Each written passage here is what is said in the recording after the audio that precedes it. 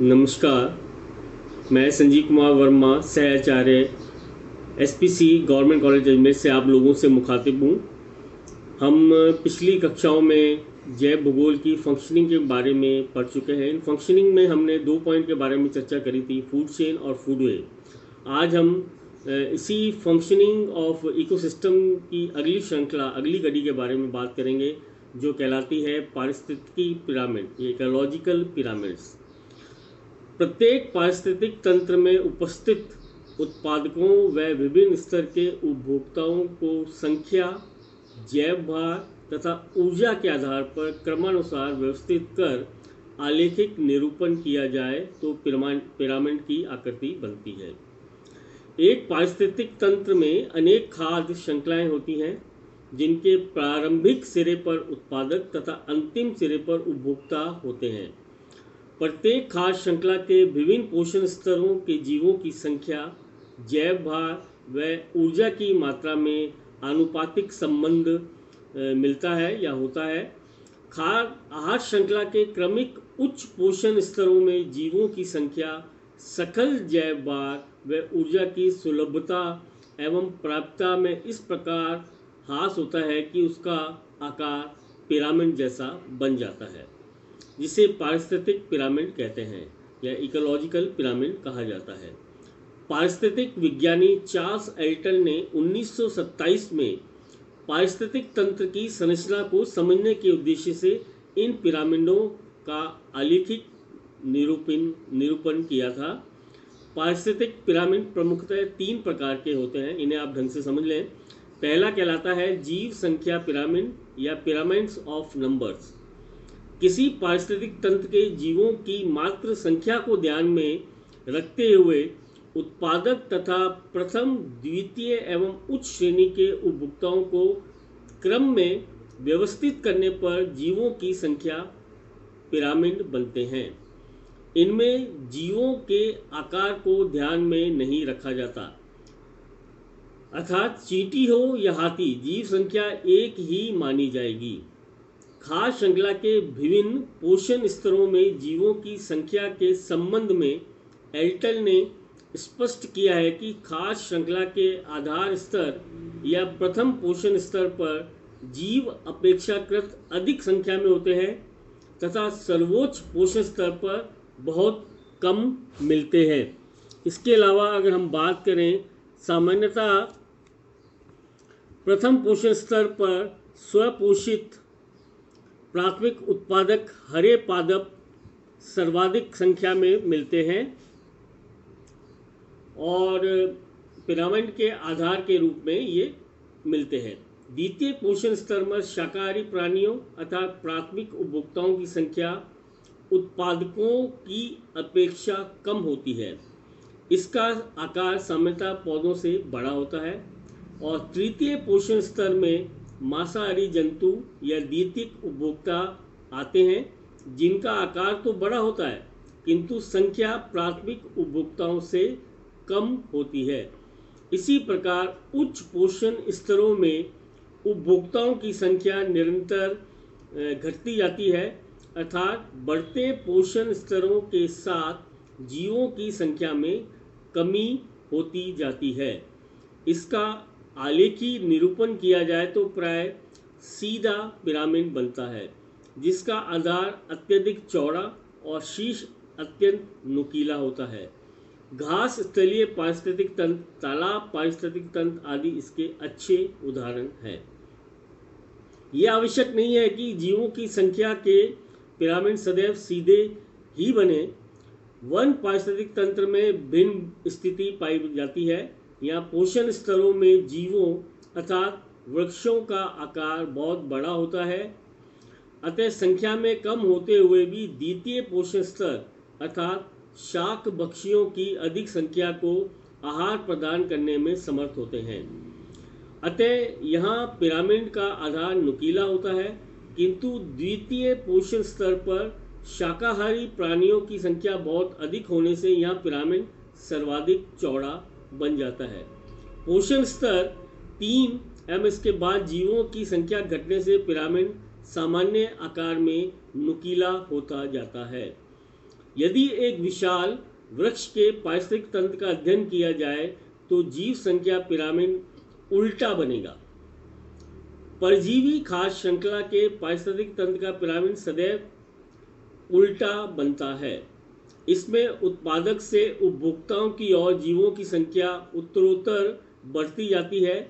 यदि बड़े वृक्ष पर निर्भर शाकभक्षी प्राणियों के बारे में अगर हम चर्चा करें तो प्राणियों के शरीर अर्थात तृतीय पोषण स्तर पर परजीवियों की बड़ी संख्या निर्भर करती है।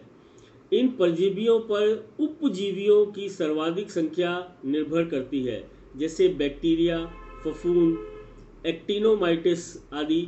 अतः यहाँ पिरामिड उल्टा बनता है। वास्तव में जीव संख्या पिरामिड अधिक कार्यात्मक न होने के कारण खाद्य श्रृंखला का पदार्थ इतना अधिक ढंग से प्रस्तुत नहीं किया जा सकता।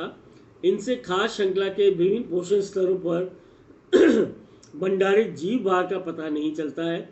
इसमें प्राय समान पर्यावरण के ही विभिन्न समुदाय व खाद्य श्रृंखला में भी भिन्नता देखी जा सकती है। अब हम बात करेंगे दूसरे इसके पॉइंट की, वो कहलाता है जीव भार पिरामिड या पिरामिड्स ऑफ बायोमास। एक पारिस्थितिक तंत्र के प्रति इकाई क्षेत्र में पाए जाने वाले समस्त जीवों के भार को जीव भार कहते हैं या बायोमास कहते हैं।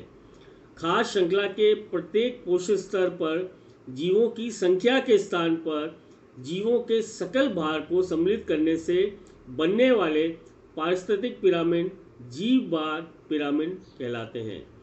इनका प्रयोग किसी पारिस्थितिक तंत्र की खाद्य श्रृंखला या खाद्य जाल के विभिन्न पोषण स्तरों पर भंडारित जीवों के सकल भार के प्रदर्शन के लिए किया जाता है। ये तुलनात्मक रूप से अधिक मौलिक होते हैं क्योंकि इनमें ज्योमातीय कारक के स्थान पर सकल फसलों स्टैंडिंग क्रॉप्स के मात्रात्मक संबंधों को दर्शाया जाता है।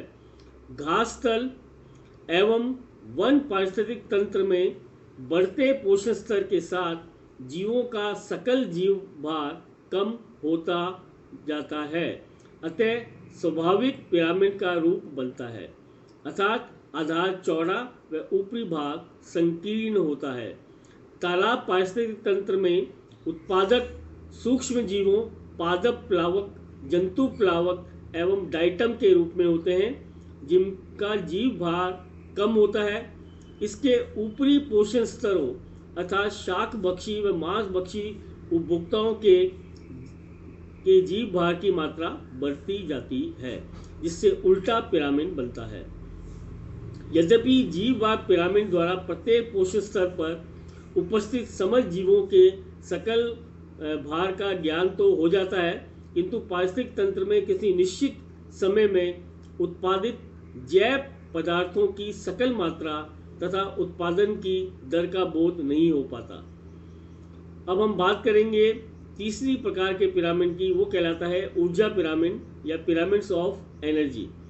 पारिस्थितिक पिरामिड के तीनों प्रकारों में से ऊर्जा के पिरामिड एवं पारिस्थितिक तंत्र की सामान्य प्रकृति का सर्वोत्तम चित्रण करते हैं।